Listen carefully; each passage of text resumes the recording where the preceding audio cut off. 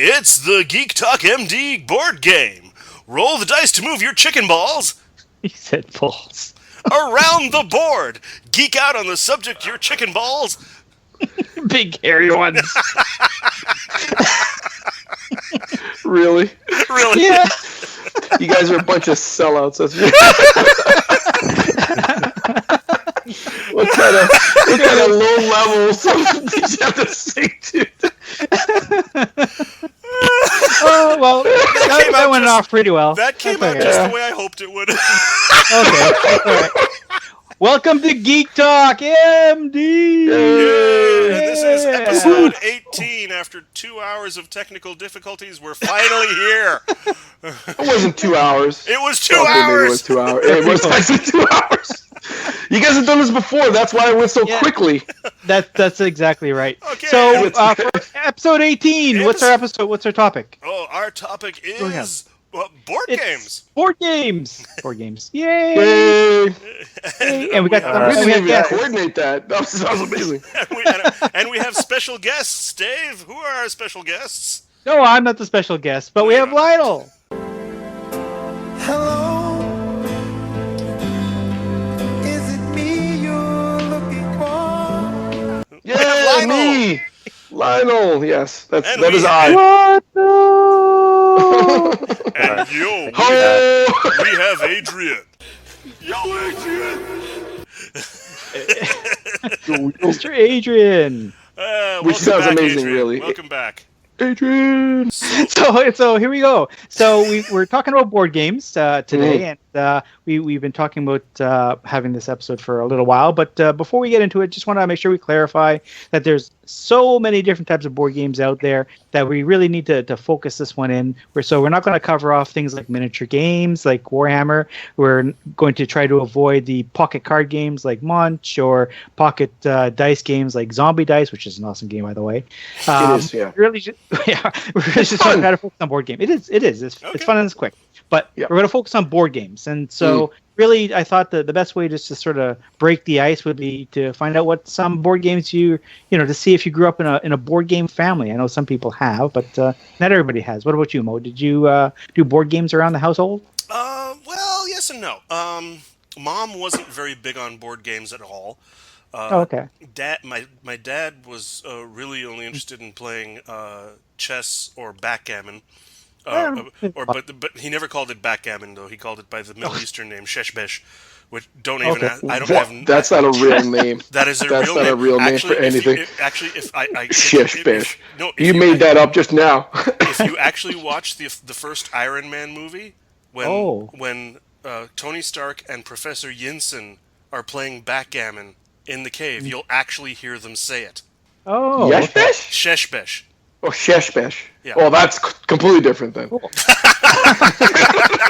All right. Well, now I'm gonna have to watch it just to catch it then. Yeah. And my sister, the only board game she really liked to play was Monopoly, and well, there are certain people that just love playing Monopoly, and they're the certain type of people that you never want to play Monopoly with, if you know what I mean. No, I'm sorry, I'm getting flashbacks from my childhood there. Yeah, you know exactly. There was a summer where me and my buddy played Monopoly almost every day. And I hesitate to use the term buddy because we really didn't like each other. But we played Monopoly. So you have two people who don't like each other all that much playing Monopoly. It gets, very when you get to the second hour of the game and you're like, okay, you know what? I got to go to the washroom. No, we're playing until I win. Yeah. There was no cell phones back then. So you could take a snapshot of a board and walk away. Oh, no. You just have to hold it or put on a man diaper and just pony up. That's it. That's how it had to be. That's old school. That's old school. So yeah, but how about you, Lionel? Did you grow up with board games in the family? My short answer is no. Oh, okay. Sure and sweet. So, we had standard stuff that my sister and I played, like backgammon, actually, weirdly enough. Mousetrap, who in the hell played Mousetrap, really? Yeah, I did. You'd set it up, and we tried to make it work, but no one ever played Mousetrap. Trouble? Did. Yeah. Really? With my kids. With my kids. Oh. Did you actually get it going? Yeah. Did you actually get it? Yeah. Really? Yeah, we're getting ahead of ourselves, Yeah. though. But, Okay. I remember Trouble with the Pop-O-Matic thing at the... Have you got trouble? Wait, don't run. This kind of trouble is lots of fun. Pop-O-Matic pops the dice. Yeah. Yeah. That was a big Okay. deal. Yeah. Okay, well, we'll get back to that in a sec. But Age, how about yourself? Did you guys grow up with board games going on? Age? I would like to, yes, I would like to qualify or sort of rate the level of board game that you're talking about.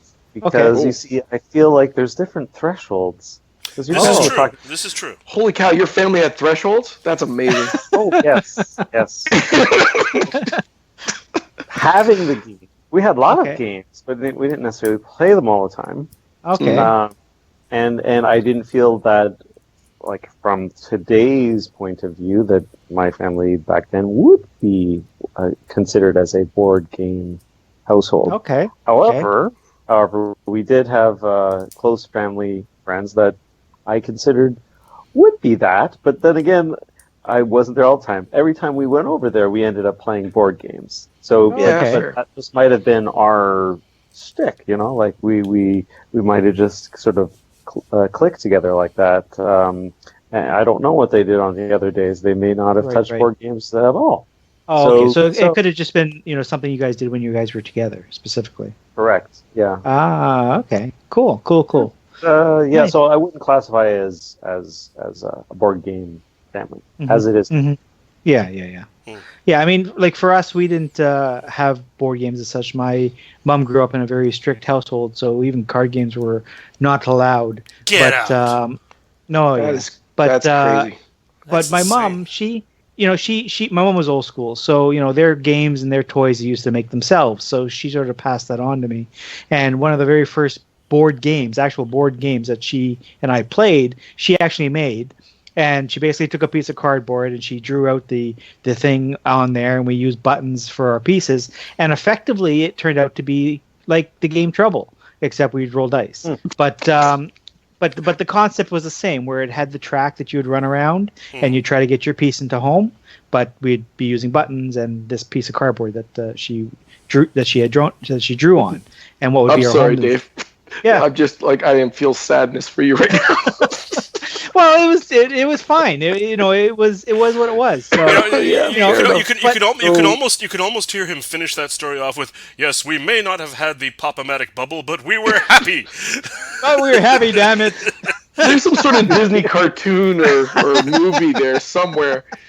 Yeah, well, that's all right. That has a scene with a mouse wearing fingerless gloves, warming itself by the fire. Yeah, rubbing its fingers. Well, as long as they have Hugh Jackman playing me, that's fine. Oh, come on. Hugh Jackman? That guy is amazing. Oh, isn't he? I don't care what it is. He can even sing. Amazing. He can even sing and dance if he wants. I don't care. That's true. That's true. He just needs to play me. That's fine. That's my wife's vibe, by the way. Oh, is it? If I ever get home and she's in bed with Hugh Jackman, I would just look at her and go, all right, fair enough. You called it. Okay, we're gonna have to... But does he play board games? Oh, does he play board games? That's a good question. Yeah, maybe he plays board games. I don't know. But He plays you were saying some of your early version of Monopoly. What's that? He plays the X-Men version of Monopoly. Is there one? I don't know. Probably. There's got to be. Yeah. There's got to be. There's got to be. Okay, so you were saying some of your early games that you started off with. What you're saying? What were you playing there, Lionel? Me? I did mention Trouble. Yeah. Yeah. And someone had mentioned Connect 4, which is another one, because that's a really old game, too. God, yeah. Do you guys remember Survivor? No, I don't remember that. The name does seem to ring a bell. Okay, well, it's been relaunched in recent times as Survive Escape from Atlantis. Oh, I know that game. No. Yeah, it's a thought fun that little game- family game. Originally, it was printed by Parker Brothers, Oh, okay. and I remember playing that with my sister way back in the day. So there you go. Cool. Memories. You triggered while we were talking about all Reminiscing. stuff before the show. Memories like the corners of my mind. Yeah. I don't want to mention this stuff because it's rude. Moses is a horrible human being. and we've just started the episode. How about you, Moses? What would you say? What was your kind and gentle games that you used to play? Oh well, strangely enough, and I'm not kidding. This is gonna sound really weird. My earliest, coming from you. My earliest memory is actually playing Battleship. It's That's not so bad. No, I mean the trying to go back and remember like the earliest thing I can remember in my life is playing a game of Battleship, and and my family was visiting relatives in New York, and I don't know if you remember the original commercial for the game Battleship, where it's these two little boys playing on a dock, the game, and I actually do not remember that. And when one of the kids yells out, You sank my battleship. he falls backwards off the dock into the lake. And for some reason, I distinctly remember that we were all sitting on a couch playing this game, and whoever got their battleship sunk would fall backwards off the couch onto the carpet. And I'm pretty sure one of my cousins caught her head on the edge of the coffee table. And, Oh wow! yeah, so that's one of my. So you had a very active game of Battleship. Oh yeah, I distinctly remember visiting the same relatives a few years later and playing the game Bermuda Triangle. Oh, okay. That sounds like a drinking game. Oh no. Yeah, I remember. I think I remember that one. There's like the little red piece or something. Not red. It's some sort of piece, and you move it around the board. Yeah, Unlike the other board games. Well, all the board games. It was this plastic. It was this big plastic thing that took up like a fifth of the board, and and you could move it around the board, and it would randomly pick up players' pieces, so they got sucked into the Bermuda Triangle. Right. Right. Interesting. Cool. Is it cool? Because it doesn't sound cool. The commercials were cool, and it was at the time when the Bermuda Triangle was a big deal. Okay. How about you, H? Yeah, Adrian, what's your earliest? The earliest board game. So the earliest one that I remember was Candyland. Oh dear God! Oh yes. I remember. It's still going. That. Oh It's still going. I played it with my kids. Yeah. Yes. Anything can happen in Candyland, kids. That sounds so cool. Why would you say it like that? I don't want to play Candyland anymore. I'm starting to worry. Yeah, so, My kids don't want to be near you. We're talking about an unmarked van with taped up windows. No kidding. Take you down to Uncle Touchy's naked puzzle basement. Wow, that got You dark just have fast. you have to step it that much further, didn't you? You just have to go that extra little mile. With big thanks to Patton Oswalt. The door's closed on that conversation. We're coming into this room over here where I'm talking about Crokinole, because that board with the target and you flinging your finger with that's another one I remember from my. What is that? I don't remember that one. What is that? Crokinole? It's like it's like a big board, and there's like little sort of pegs, sort of strategically placed around. And I want to say it's like a circle, right? So like a target, and the goal is to finger flick, I guess the Crokinole itself. Yeah, like you're flicking like that. So the way I remember it is you have a little board. It's like a target, and you have little sort of like obstacles. I don't know, like little Pegs. That's it, and they're strategically placed, and you have your little. I guess they're Crokinole. I don't know what they're called. They're like checker pieces, and you're like discs. Yeah. You're flicking them. The center, trying to get the most points. And I can't remember the exact sequence, but I'm pretty sure it's one after the other. And I believe there's a hole in the center, and you're trying to get in the hole. If you get in the hole, then no one else can get your piece out. But if you don't get in the hole, then you can flick other pieces out. And I think it's like, you could play cooperative, like 2-on-2, and or 1-on-1 or something. It was a lot of fun. Yeah. So it's kind of a mini version of ring toss. Think of shuffleboard married with bocce. Circular. Okay. It's circular, I was thinking more of beer pong, but okay. Beer pong games. No, not beer pong. Okay. No, you don't flick it like that. Anyway. It's all good. It's all good. Okay. So, yeah, but I mean, like you guys, I mean, I started with the checkers, right? We used to call it draft. Oh yeah, yeah, that's the British name for it. You know, yeah. So we used to do drafts, and we did chess, of course, and backgammon, that kind of stuff. There wasn't a huge variety of stuff that I used to see. So that was pretty much it for me. It was hard for me to find players, though, you know, because not a lot of people were, you know, sort of hanging around. You could always find people that would play checkers with you, but not necessarily anybody would play chess with you. So I love chess. Actually, chess is a great game. Yeah, I liked it. I always wanted to learn to play chess, but my dad just he didn't have the patience to teach me anything. Such as life. Well. Chess is easy. Like the rules for chess, very simple. Execution, interactions, that's hard. Like a lot hard. Yeah. So that being said, you know, Moses, what were some of your favorite board games? Anything out there that you would say would be your most favorite?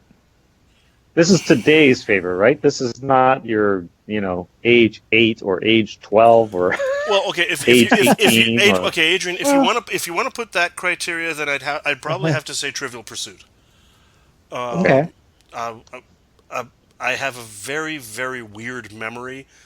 Certain things just stick in my memory so well, especially trivia. And so, yeah, I was practically unbeatable at that game. When my last year of high school, there was one day in one of the classes where we had nothing to do in the class, and the teacher basically split the class into 4 teams to play Trivial Pursuit.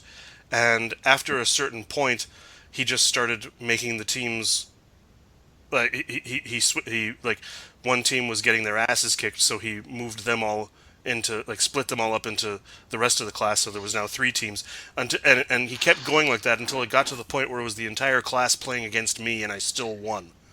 Wow.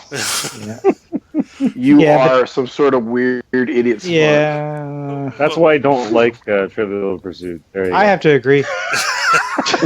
It is probably one of my least favorite games on this planet. You yourself have admitted, Dave, as you put it, you have a mind like a steel trap. Everything that goes in gets crushed and mangled. So, that's exactly right. That is exactly right. Dave has demonstrated on numerous occasions that his memory is horrendous. Yep. Things that I can see and touch and do, fine. Colors, shapes, strategy, I'm all for it. But somebody's brother's, sister's, cousin's left nut name, I can't seem to remember. No, we just can't get off that topic. You want to see my Dave. Brain. Okay, what's your favorite, Dave?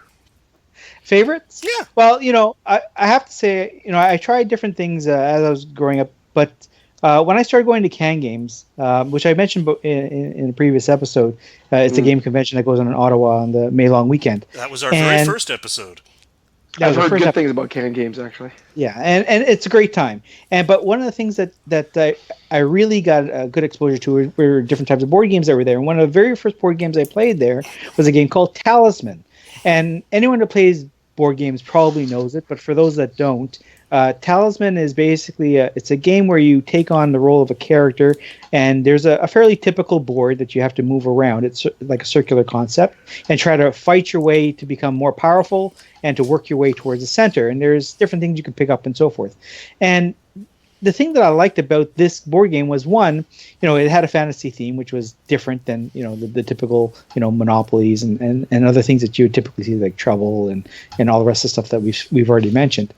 And but also it had this building concept where you're building your guy up. It had a strategy because you had all these other players that were also trying to build up their characters. So now you have the strategy of, you know, do I want to specialize in this, or do I want to do that, and the end goal in the end to get to the center. So, you know, Can Games really opened up my exposure to all kinds of different games, and Talisman is always going to have a soft spot in my heart for it because it's so dynamic, it's so creative, and it's just a great game. Yeah, definitely one of my favorites. And then you guys have all played it, haven't you? Well, Mo, I'm not sure. Talisman? Are you kidding? Never even heard of it. Really? Yeah. Really? It's a cool beer and pretzels game. Yeah, it's an awesome little bit game. of screw you over factor too. It's a fun game. Nice. One of the other ones actually. You over factor? Okay. Oh yeah. Yeah. You That's can right. well, as Dave put it, as you're starting to level up and everyone else is trying to level up, you actually have an opportunity to mess with their character, delay them, rip items off of them, steal from them. You see that they're weak in a certain area, so you try to stack those types of creatures near them. You always love doing that, Dave. I remember you once created an entire campaign in Dungeons and Dragons just to screw somebody over.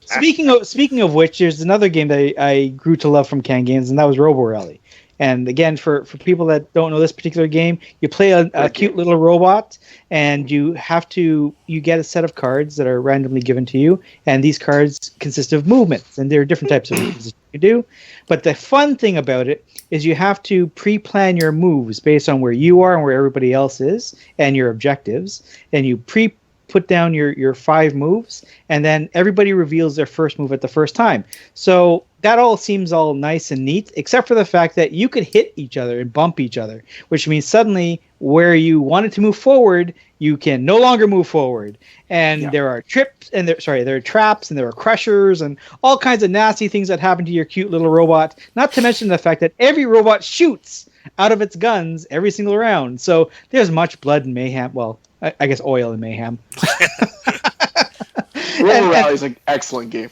And the best thing about it, if you've never seen it before, you can always tell when people are playing Robo Rally because they're standing around the table and they're doing little jigs with their shoulders as they're watching their cards, trying to figure out which way the robot's going to move. So they'll sort of do a shimmy to the left and a shimmy to the right while they're trying to plot out their character moves. I love watching that. I try to finish my register early so that I could just watch people do the little jig in their spot. Because it's so funny. Okay. You're watching the tells, basically. Well, kind of, yeah. But it's just so funny to watch it. You know, at Can Games, they had a guy there who used to custom make his boards, and he used to have like 12 players or 14 players at a time. So, and the board was gigantic, right? And you'd have all these extra pieces and so forth. It was just amazing. And but you see all these people standing around, and you know, they're different heights, and everyone's sort of doing the jig and the shuffle, and they're turning the heads. It was funny. Love the game. Sounds great. What about you, Adrian? Oh, well, you know, I have shifted my my recent activities towards cooperative games, and I did so because I was introduced to a game called Pandemic. Love it. And love it. Yes. Love it. So, do you know they're coming out with a Cthulhu version of that? Cthulhu version. Ew. A Cthulhu version of Pandemic. I don't mean to derail you, but that thing looks amazing. I tried it out at Gamma. I was just there this weekend. Oh, so good. Yeah. Ooh, that's so. What's but for everybody else, what's Pandemic like? It's so different. If you don't play a lot of board games, this will sound kind of odd, but it's amazing. Yeah. So it's basically the players versus the board. And I mean, that can be sort of the case in other games also, but in this case, you're not trying to, it's not player versus the other player versus the other player versus the board. It's, you're all working together cooperatively in order to beat the board. And the goal effectively is to cure the 4 diseases that are plaguing the world and make sure that, you know, there aren't that many outbreaks and too many epidemics come through, and there's a lot of strategy in it, and the nice thing is you're all working together. So if one person has a great idea, they go, "Oh, let's do this," and then you can come. It's a great dialogue game. You know, you're trying to figure out how can we all do this? Yeah. How can we win? Yeah, the board does win often. Actually, more often. But Pandemic's hard. It is hard. It is very even on the standard level. It's hard to do. But Adrian, you make a great point there that sort of touches on something Moses had said. You know, you definitely play against different players, and some people are good losers, some people are not good losers, some people are good winners, some people are not good winners. And because of that, you know, when you play a board game against that type of person, if they're, you know, they don't do it well, or they don't take it well, or whatnot, and they get on your nerves, whether or not you play again with that person, it's not likely. And so often, you know, I found at least that when you're playing with smaller kids, they have trouble necessarily losing. So what do? Do you beat you're an older person playing a board game versus some kids? Do you beat the pants off of them? Well, sometimes that's okay, but you know, how often are they going to really want to come back, or how often Very do true, they very want true. to play again, right? And again, when I'm not just talking about little kids either, because there are plenty of adults that can't take it either.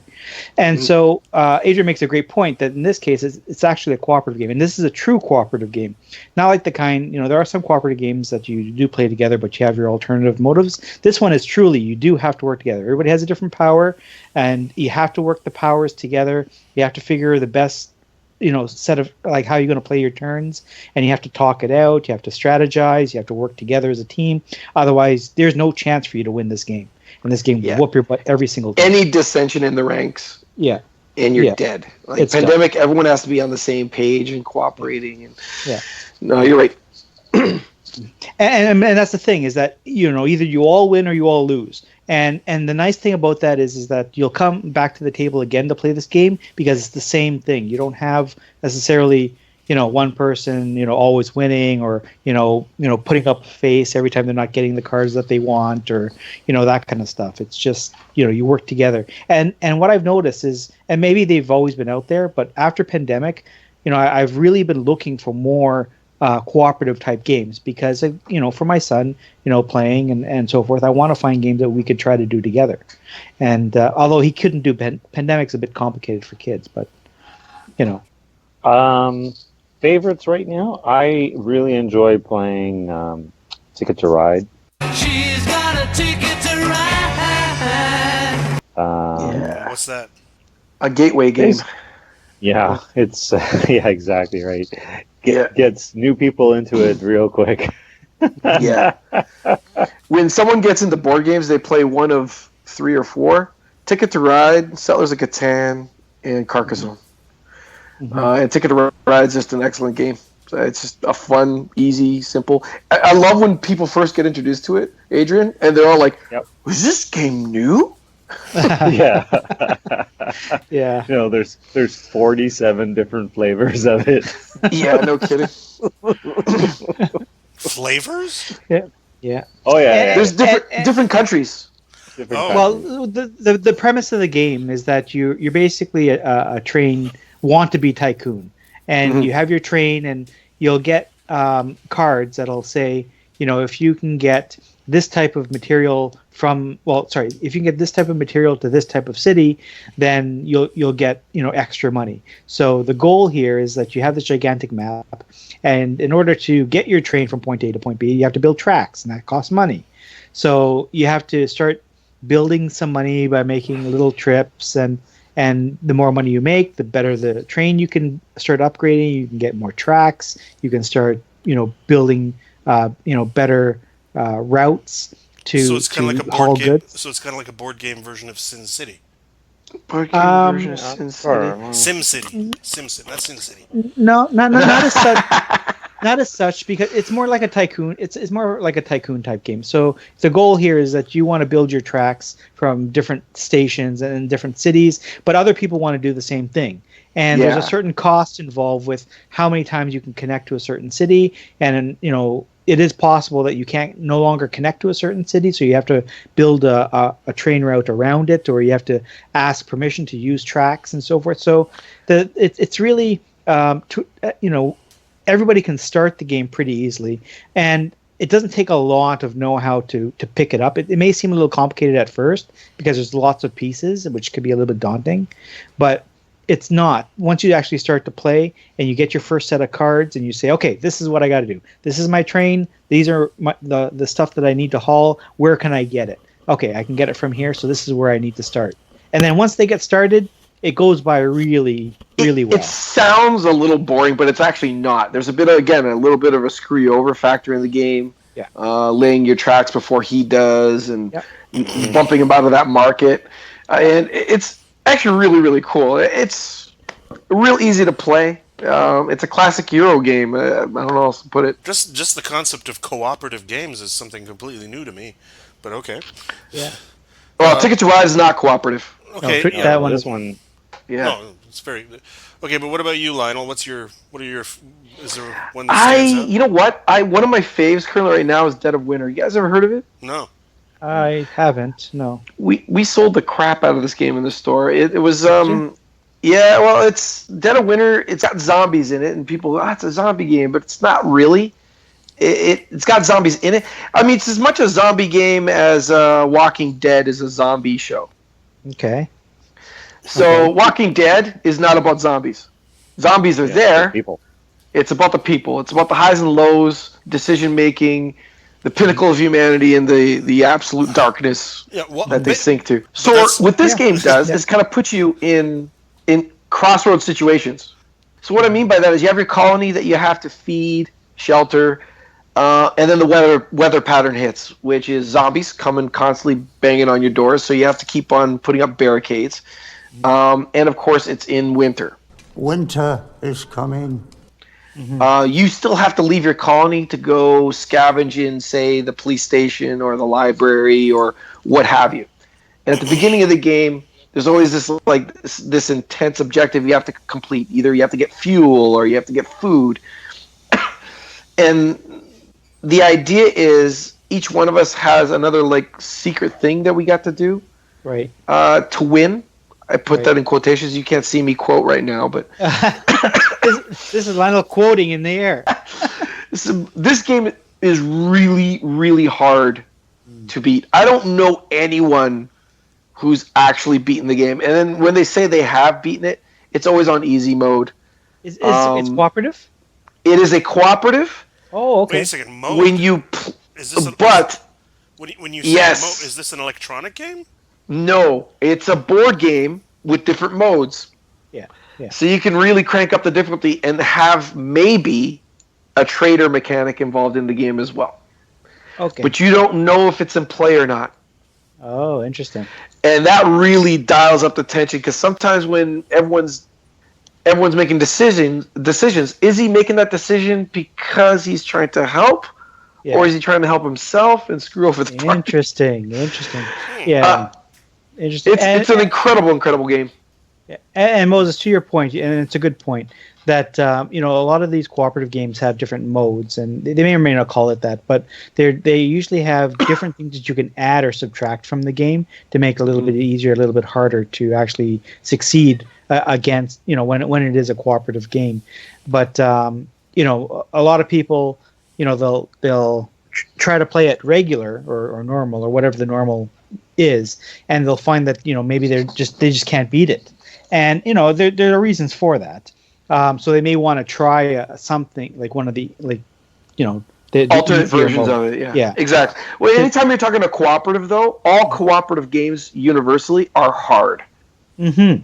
And period. It's because there's so many players trying to beat the game. And as well, if you have your group of friends and you crack open this thing and you're reading the book and you win, okay, that could be lucky, and then you play it again and you win again. Then really, are you going to come back to it so quickly? Exactly right. That's but it does sound like a much better idea especially for games for kids. Because this is not a kid game. Yeah, but no, I don't mean specifically Dead of Winter, but I mean in terms of cooperative games, because when you see kids playing most games, it's a case of I'm going to beat you, and the unfortunate thing there, although to a certain extent, to have a kid strive, to be better than other people to a certain extent is a good thing, but with a lot of these games, it always ends up with somebody being going back to the whole Monopoly thing, somebody ends up being a sore loser and somebody ends up being a sore winner, and it's one of the things that a lot lot of kids have a hard time dealing with. So I win against my kids all the time. So kids, I'm sorry.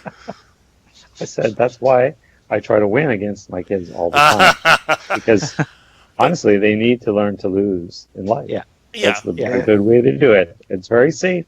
There's not a lot of distance between the chair and the floor. And the crying. But the idea of cooperative games sounds wonderful to me. I'd never come across it. Yeah, there's quite a few. I mean, there are certain games like that. whether or not they're geared towards kids or not, it depends on your child. I mean, some children like zombie games, and that and other kids don't. I mean, my son likes dragons, so it doesn't really matter what level of complexity, if it's a cooperative or not. If it's a dragon game, he'll play it. But for kids that are just breaking the ice, or for parents that may have not been a board game family before, but they want to find something they can do when they're in the trailer or in the cottage, or on the road, or just at home, on a rainy day, to break out board games. It's good to have them about and to play with the kids. And if you love playing board games with my kids. Absolutely love doing it. Yeah, I used to love playing board games with mine as well, but they're teenagers now, and that's pretty much over. Well, you're not cool anymore. Yeah, Oh no, they think I'm cool. They just don't want to play board. They just don't want to play board games. Yeah, fair enough. I mean, between Dave and I, we introduced them to Dungeons and Dragons, and they were just blown away by that. Although I'd lay that more to that success more to Dave than me. I'll be fair. He was DMing it, and my kids were just blown away by how much fun it was. Yeah, that's funny. I bet when you mentioned RPG, they were thinking, "What kind of video game is it?" Yeah. Oh god. It's all good. It's all good. Okay. So we've talked about some favorites. What would you say some of your least favorites? Actually, we talked a little about it, but what were some of your least favorite games? Anybody? Risk. Oh, I remember Risk. Really? Never because Risk is so popular. Never actually played it. Risk. Here's the thing I don't like about games. If it has too much luck in it. Okay. Risk is a very swingy, spiky game. I remember distinctly having this pile of chips on a border, and I'm like, I got you. And then I swing, and the guy kept on rolling sixes with his one dude. Yeah. And I lost that fight. Okay, I had like 6 or 7. He had 1, and I lost that fight.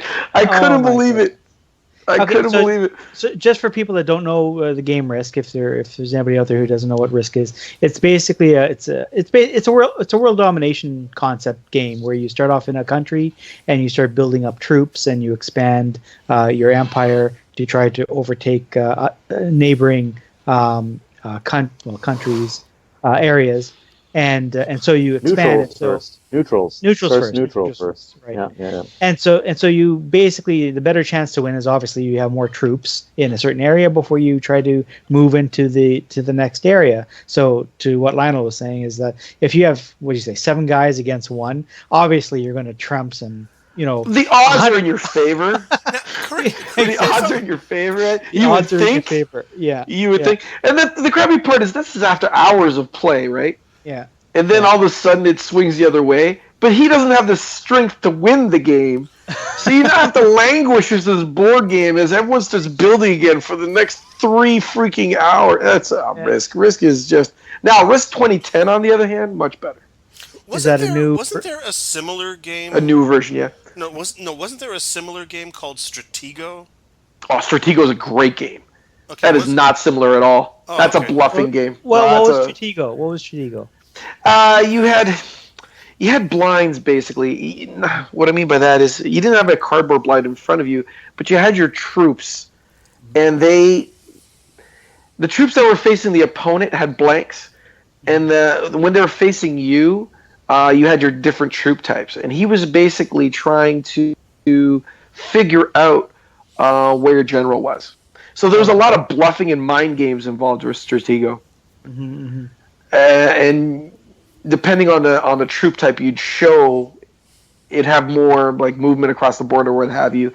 Now, that game was really, really good. And then, of course, he had to then remember what that was. And then by process of elimination, he'd be able to kind of almost figure out where your general was. And it's an excellent game. I mean, there's lots of strategy in Risk too, but it's also mostly it's a lot of luck. There's not lots of strategy in Risk. There is. I mean, when you're making your alliances at the beginning, it matters. And diplomacy. Yeah. Yes. Yeah. Diplomacy is definitely a very, very cool part of any multiplayer game where everyone's trying to win. Yeah, exactly. So, but yeah, when it comes down to the nuts and bolts of it, I hear what you're saying, because every time I see people playing Risk, that's always the number one issue is when the dice are against them and they're just So not bad. succeed. Yeah. Yeah. How about you, Age? He said exactly what I was going to say. Okay. Risk. I mean, partly it's because I played Risk so often in high school that I just got, it was just overload. And I just don't need, I don't feel the same interest or have the time to spend on it. So if I'm going to spend 3 hours on a game, I'm not going to spend it on an incomplete game of Risk. Yeah. Right? That is so true. Yeah. That's so true. You're playing that game at the end of like 3 hours, and you're like, I just want to quit this. Yeah. Yeah, we got to go home now. We're not done yet, but we got to go home. That's how I felt with Monopoly most of the time. Yeah, that's the exact reason that I hate. Well, that's the exact reason I hate Monopoly. That and the fact that the only person I usually got to play with was my sister, and God, she was she'd get a hotel and then dance around. Yeah. and I'm going to kill it, and I'm going to I don't know if there's a this, game in the universe that pisses off more people than Monopoly. Yeah, but it's so out there, and it seems so popular, and so many versions, and well, you know what? Those versions of Monopoly are all different, huh? Different win cons and everything. It's that's actually kind of cool, but yeah, okay, cool. Would you believe there's even a Jay and Silent Bob Monopoly? That is surprising, but there's a Klingon Monopoly where everything is written in Klingon. Oh, that's surprising. Kapla! Kapla! Oh my gosh! It's got to be out there. For every flavor. I will admit that I have recently just played Catopoly, which is the cat version of Monopoly. The cat version of Monopoly. All the different this I've got to see. Of cats. Yeah, all the different breeds of cats are represented in the hotels, and really? I can't remember. Yeah. Oh yeah, geez, I can't remember the upgrades. Yeah, I can't remember if it's litter box or whatever. In any case, same mechanics. It's funny you say that, because a lot of people, like for example Monopoly and other games, they make these different versions to suit different likes, and like they have the Star Wars version and so forth, especially if a new Star Wars movie comes out. And I'm seeing a lot more of that now. Maybe I'm just more aware of it now, because I remember when I was growing up, it was always said, board games were for kids, right? And that was pretty much the line. But as I grew up and I still like playing the games, I guess that sort of made me feel a little bit different. Do you think board games either are best suited for kids or not so much anymore? It's really open to whoever wants to try to play it. What do you think? Any thoughts about that? Who's up? Anybody? Well, Dave, why don't you answer your own question first? Okay. Well, like for myself, I would say most people would say yes. I would think that if you were to canvass, people, in a downtown core, and you say, are board games for kids? Yes or no? I would say a majority of them would say yes. I would disagree, but I would say most people would still say yes. And maybe it's because, as I talk to people more openly about board games, I find that more and more people, don't have a very large exposure to it. And maybe because I've had a lot of exposure to different board games, I've had the privilege of trying different things and finding things that I like. Whereas most people still think board games are still like Monopoly. Like there is no other alternative outside of Monopoly, and as you said, Monopoly isn't always the best experience. No. So if that's the only experience that they've had, I can see why they might think it's, they've outgrown it. Okay. Yep. I can Adrian? see that. I understand that position, but I do feel that there's a vast market of board games for adults. Huge. The complexity of games out there. Even just take Pandemic, they're just an example, right? That's not marketed towards kids. This is marketed towards, at least teenagers and above. And most teenagers probably, they probably heard of it maybe, but, or I shouldn't say most, some will have heard of it. But there's a whole, series of games that are even more technical and or arcane in terms of, the reenactment of this strategy battle between, the Germans and French of this one particular occurrence. For the record, there's nothing wrong with that for those that want to do that. But that's it. I'm not saying it's wrong. I'm just saying that there is a large amount of people out there that are looking for that, because you know what? Honestly, if you're out there, you may not. When you get older, maybe you just don't want to hang out and get drunk and whatever that others. Maybe you want to socialize, and here's something you can do to socialize, because you're going to talk when you're playing these games. Yeah. Yeah, we can't all do podcasts, can we? Or Slidecast. So, Lionel, what about you? Do you think it's just for kids? I'm in a bit of a different situation, you guys. Right? I'm a game store, so I'm in a bit of an echo chamber.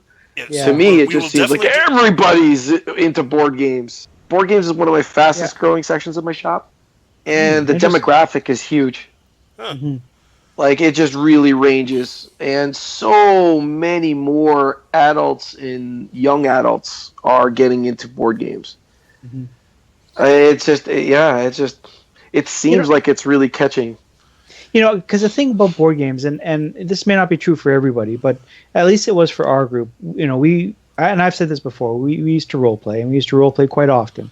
But as we got older and work and family and so forth, those are definitely top priorities.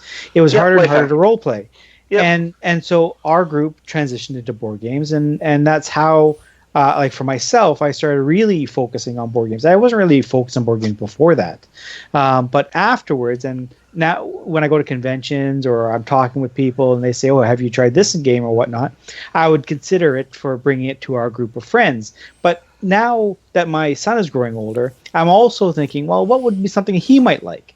So now I'm bringing these board games that I wasn't exposed to before, but I'm now bringing them in front of my son to play or to watch, and he's seeing me play them. So now he may start talking about them, and so the word starts to spread. And I didn't find that type of dynamic when I was younger. I'm not saying it wasn't there, but I just didn't see it anywhere.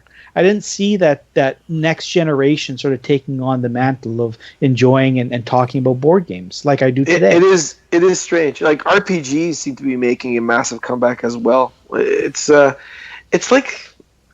like the kids have been sheltered in these video game bubbles at home with their mics and stuff like that. And the whole it's like they're stepping out of a cave for the very first time and looking at the sun. And it's like, what is this?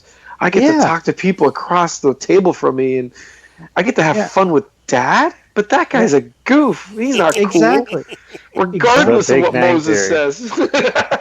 This is part of the culture because of like Big Bang Theory and other shows that have That's true, brought that to light, right? Like they're playing board games on it. They're playing role playing. Well, there's also the whole concept of the board game cafe. Yes, exactly. Yeah. Well, that is huge. That's fantastic. The funny thing is, like, in many respects, board games didn't start out as stuff for kids. I mean, if you go back to the history, one really good example is like in the late 60s, early 70s, The Tonight Show starring Johnny Carson, right?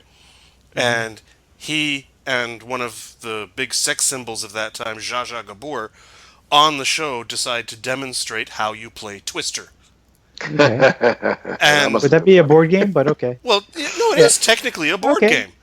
But the thing was, everybody assumed it was just a kid's game until these two actually did it on late night television, and then everybody got the idea that the game wasn't for kids because this thing was not selling. And then all of a sudden, Carson demonstrates it with some hot blonde, and hello, the thing was. That is brilliant. I had no idea. That's a cool little bit of trivia right there. Oh yeah. And this is why he plays Trivia Pursuit. Yeah. Well, I used to play. I don't think I've played Trivial Pursuit in more than a decade. That's still a very cool piece of info right there. Oh yeah. Yeah. No, but it makes sense. I hear what you're saying. Yeah. Yeah. But I mean, even back in the day, you saw the stereotypical commercials, right? And it would always be the dad, the mom, and the two kids, right? And they'd be playing a game, some board game like Trouble. Not in my house. No. But no, you saw. I'm saying this is what you saw in the. He's talking about the commercial, the typical nuclear family. Exactly. In my house, if my sister and I had gone up to my dad and said, "Dad, you want to play a board game?" He'd take a long drag on his cigarette, blow the smoke out through his nose, and then just turn his back on us and walk into the basement. Well, that's loving. That's not a word. Not a word. Just. Yeah. Well, I'm not saying that everyone had that nuclear family. I'm just saying that's what the commercials led us to believe, right? Yeah. So. Right. Yeah. And in that picture, that's what's happening is that everyone's sitting around the table and kids and Bartholomew the dog. Exactly. It's right there too. So that's what they told us it was. Okay. Well, Dave, do you play with your kid? Do you play with your kids? Yeah. A kid? Yeah, I do.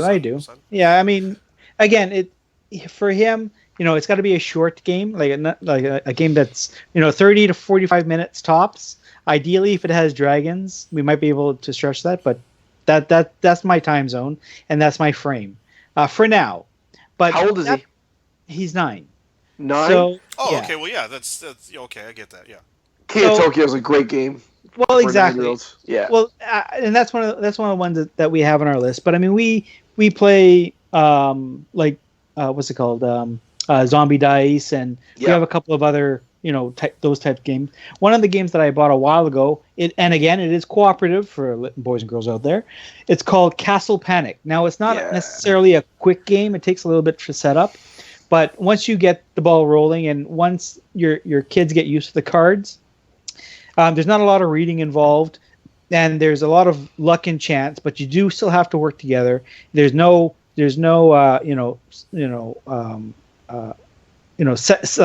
underhanded missions or anything like that. Everyone is legitimately working together, and you're trying to save your castle from the onslaught of the incoming hordes of monsters. And it is really a fun little game, well designed, nice dynamics to it. And there's an expansion where you can get spells added, which again makes the game a little bit longer but more interesting. And again, if anybody out there, you have kids, young kids that you want to learn a cooperative game for, Castle Panic is a great game. It's a great choice. And the guys who actually make that game, Fireside Games, that I actually met the designer recently and his wife, 2 lovely people. Like, these guys are really passionate about what they do. And they just...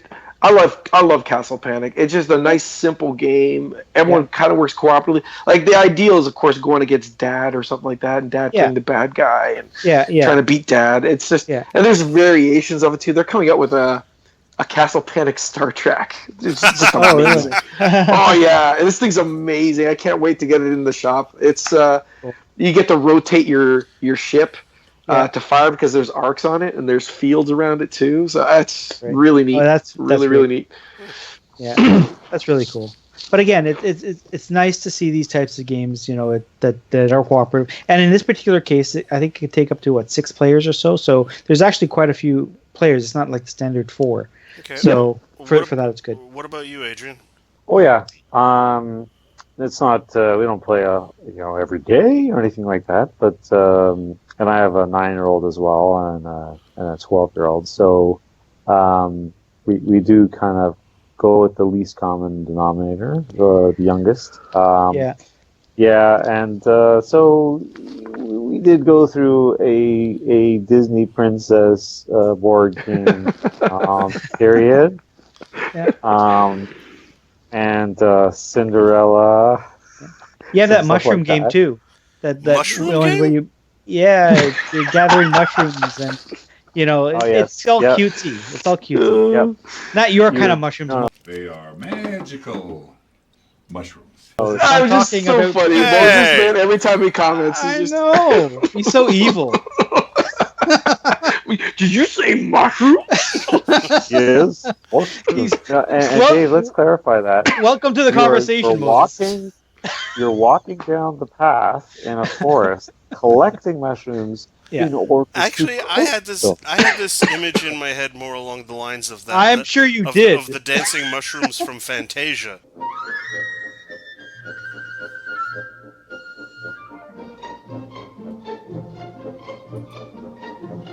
You know, to the sugar. Yeah, nice save. Hey.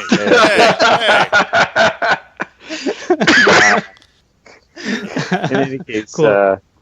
we've moved on towards games that involve dice, the zombie dice, Quarriors, which Quarriors is fun. I've shown Dave, and it's a little bit of strategy in terms of which dice you're taking, but a lot of dice.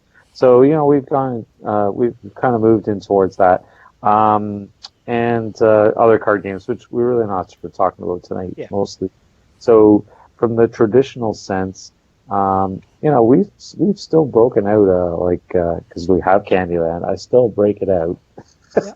It doesn't have the same thing as a 3-4-year-old playing it, but yeah. It's all good. It's all good. Like a warm up. It's reminiscent. Oh, let's play that. Okay, sure. Let's do it. It's funny because I actually explained that concept to someone just recently. What I refer to it as it's an appetizer game. Oh yeah. So before going into a main course, you do something nice and light, just to kind of get the juices going, and then you break the ice. Yeah, exactly. Then you just dive into something else. Yeah, no, it's good. Good. All right, so I think we covered a fair bit of stuff here. Yeah, we did. I'm really, I think a lot of people that if you are familiar with board games, you got to hear some really great titles out there. And like I said, there are lots of little quick games that people can pick up that aren't just board games. There are a lot of the nice dice games and card games that are good for the road. Especially for kids or more adult games. But there's so much out there. So if you haven't been board gaming for a while, or maybe you had a bad experience when you were younger and you sort of stayed away from them. If you played Monopoly with my sister.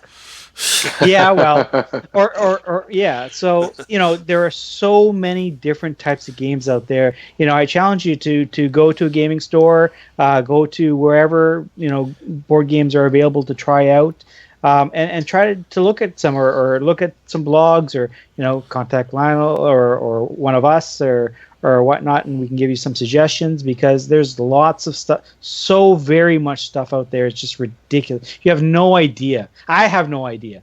It's just so many things out there. I've been saying that for years. Yeah. you have no idea. Yeah, there's so much stuff out there. So cool. Thanks, guys. We've had some good stuff going on. Did you have any other things to add? No. Okay, so let's move on to the Geek Talk back. Dave, cool. Have you got anything? Yes. I do. Just as a reminder, Geek Talk Back, it's an opportunity for listeners to tell us if they had any questions or comments or feedback on any of our past episodes or suggestions. Oh, interesting. Episodes. So we do this little bit here so we can give a few words back for past stuff. So one of the ones that I had here was a listener was commenting about one of our past episodes, episode 12, I think it was. And we had made a comment in there. The episode was about growing up geek, and what was it like for our guests and ourselves for growing up, interested in this genre, and how our families took it and so forth. And one of the comments that we had made was that it's cool to be geek, and so they were asking, did I really feel it that it is cool to be geek, and because what time period are we talking about now? Yes. And this for is sure. And this is part of the thing, was that he brought up a fair number of points about how he feels today about growing up geek and so forth. So what he after talking with him about it, I had the feeling that this is a topic that we could probably come back again to talk more specifically about.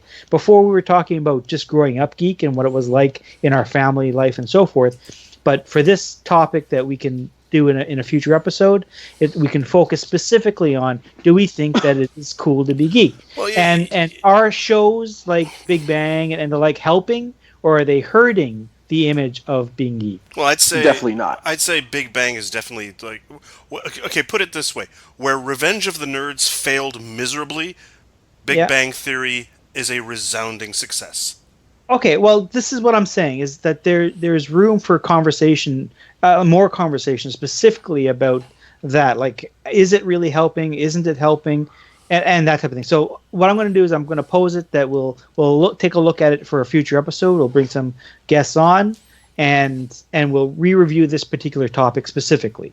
Okay? The concept of a hipster. I mean, a hipster is just a guy dressed up as a nerd. I mean, back in the day, those guys would have been absolute geeks. Now it's cool. They're hip.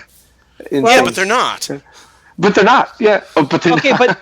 but this is exactly my point. So I'm not going to delve more into it. I'm just going to say for the listener, I hear you, and we're going to do a more specific episode specifically on this concept of whether or not it really is cool or not. Okay. Some people say it is. Some people say it isn't. So I'm going to I think it's worth spending some time focusing specifically on that. As Huey Lewis once posed the musical question, "Is it hip to be square?" Right. Yeah. And Mo, did you have any? Well, we did have somebody ask from the last episode regarding comic books. Well, not the last episode. The last episode that aired. But we mentioned Alpha Flight, and they didn't know what Alpha Flight was. Oh my God! Well, some people don't. A lot of people don't. If they're American, maybe. Well, no, a lot of Canadians too. Well, let's face it. They were like the Canadian superhero group. Okay. Exactly. Yes. Well, I collected every issue. Okay, then tell you what. Since you collected every issue, Lionel, go for it. Go for it. Please give us a very brief synopsis of what Alpha Flight was. For people that don't know anything about it. So Alpha Flight was the Canadian Avengers. Yeah. Okay. Yeah. For lack of a better term. So government-sponsored Canadian superhero team. Uh-huh. Right. And it started off with Beta Flight, which, guess what, didn't work out so hot. Those rejects then turned into a bad guy group called Beta Flight. But no one really paid attention to them. And then came out Alpha Flight. Now, it has tentative connections with X-Men. Wolverine. Logan was connected with Heather, who was, oh my God, I can't remember her name now. Who was the leader of the group? She didn't have any superhuman powers. She just had this really cool suit. Well, that's her married. That's her last name. But what? There Guardian. No, Guardian. That's it. Guardian. Well, she wasn't the original. She wasn't the original. Guardian was her husband who died. That's right. Yeah. Spoiler. Spoiler alert. Well, it was okay. Originally, it was called the suit was called Weapon Alpha, if I remember correctly. Then it became Guardian. Then I think she became the Guardian after he died the first or second time, and then first time. And I think like the second time he came back, he started being called Vindicator, or she started being called Vindicator. Yeah. I think she was. I can't remember now. But it was her, Sasquatch, Puck, who was just like this really super short guy. Yeah. That was like 3 feet tall. Yeah. We mentioned him in the last Snowbird, I think. And then there was the twins, North Star and Aurora. And Shaman. And Shaman, correct, yes. Who just had a magical bag. And wasn't North Star the very first openly gay Marvel Comics superhero? Was he really? I think so. Wow, I missed that. I don't remember that. I think so. I don't remember that either. But the key is, with regards to this, is that it's a superhero group, but more specifically, it's a Canadian superhero group created by Marvel. And then the one thing I liked about it was, yes, they were sort of stereotypical with regards to their selection of characters, but at least they didn't drone on it. That they didn't make everybody say A all the time. Although they would have occasional issues where the actual sitting prime minister would be a character in the storyline. So there were times when Brian Mulrooney or Jean Chrétien was in an issue. It's cool. Yeah. I actually really liked the comic quite a bit, and it went into a whole bunch of social stuff, and the comic had some depth. I guess because it was a smaller title, the writers had a bit more freedom. Yeah. Like none of the Americans paid any attention to Alpha Flight. Well, That was exactly. specifically That was more for us. the Canadian market. And, Yeah, and, that and was you and, had to admit, the and it was original Weapon Alpha costume just looked so cool. It did. I thought the whole entire team looked really cool. It did. It was quality stuff. Yeah. Quality stuff. So anyway, That that's was Alpha Flight. That's Yes. Alpha Flight. Well, but that's Alpha Flight. Is that we had mentioned it, but we sort of bypassed what it actually was. But I wanted to give it some time because it's Canadian. Yay! Canadian. Canadian content. Yay. Okay, upcoming Okay, episodes. We're getting short on time, so we got to move fast here. Okay, you go quick. Upcoming episodes. What are some of our stuff? As you said, we should probably revisit the "Is it cool to be geek? Is it hip to be square?" We're gonna possibly be going back, depending on a response, the Geek-court and Geekbusters.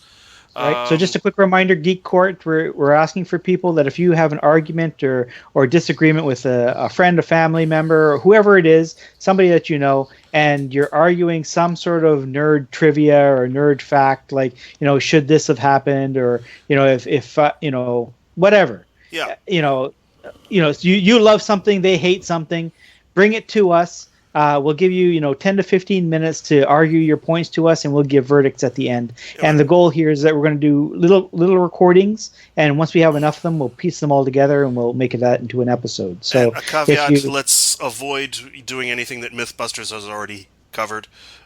If they covered it, they definitively covered it. Let it go. No. You're talking about Geekbusters. I'm talking about Geek-court. Oh, okay. So Geekbusters is specifically that.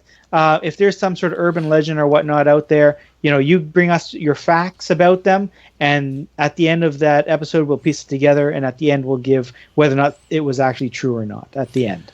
So that's Geekbusters. Right. And now, thanks to Lionel letting his geek flag fly, we now have a guest. I'm a giant nerd. We now have a guest for our cryptozoology and basically our X-Files episode. We're going to do my gosh. We're going to do an episode on Bigfoot, the Loch Ness Monster, UFOs, if you'll join us again. I'm sure. As long as you should see conspiracy theories. I'm just you want to talk about a dark episode. Okay. All right, cool. So we'll look at that episode also for the future. So again, anyone who's listening to this particular Slidecast, if you have any people that you want us to talk about, tell us before we do the recording so that we can get it into the recording for you and we can chat about them. So please do contact us. And then, of course, if there's interest out there, we can do pros versus cons for social media. Mm-hmm. So again, send us your ideas. It doesn't have to be about these topics. Any topic ideas that you have, please email it to us, send it to us, and we will get you on the air like Pete has, and other people who've had ideas have all been on the air with us. Hell, send us smoke signals. Oh, yeah, send smoke signals. Okay, cool. So, and Lionel. Yeah, your shop. Tell us about my shop. My shop's we've been in business for about 6 years. What is it called? Where is it located? What is it? It's located in Mississauga. What is it called? What's it called? Yeah. X-Planet Games. Sorry? X-Planet Games. X-Planet Games. Does it have a website? There is, xplanet.ca, and we're also on Facebook. If you type in X-Planet Mississauga, you'll catch us there too. Favorite part of my store is pretty much my customers. They're just some tremendous people that come to my shop. Yeah. It's a really great space too. And you guys do, not only do you do miniatures, but you do board game nights. Yeah, right. And we do piles of board games. Yeah. Yeah. We do theme nights as well. There you go. Yeah. Dave, you got to bring me out there one time. We got to try that out. Yeah, we could do that. Okay. Cool. And Adrian, your wife still has those books out? Yes. Yes, she does. Yes. What were the titles again, please? It's one book. Oh, one book. It's sorry. Andrea Spence-Accinelli, and she made a collection of short stories called oh my gosh, Matching. What the heck did I do? Your wife is going to kill you. Well, that was a great. This was a great. I had a lot of fun talking to you guys. We're gonna have to do this again. Awesome. With you guys. Okay, so awesome. thank you again, Lionel. Thank you, Adrian. Thank you. Absolutely. Great. Thank you so much. Thank you for having me. Dave, absolutely. Dave, as always, thank you. Moses, always a pleasure. So, That's it for another. That's it for another episode of Geek Talk MD. Pack up your lucky dice. Put away the Chinese food menus. We'll see you next time. Good night. Awesome. Good night, everybody. Bye. See ya. Bye.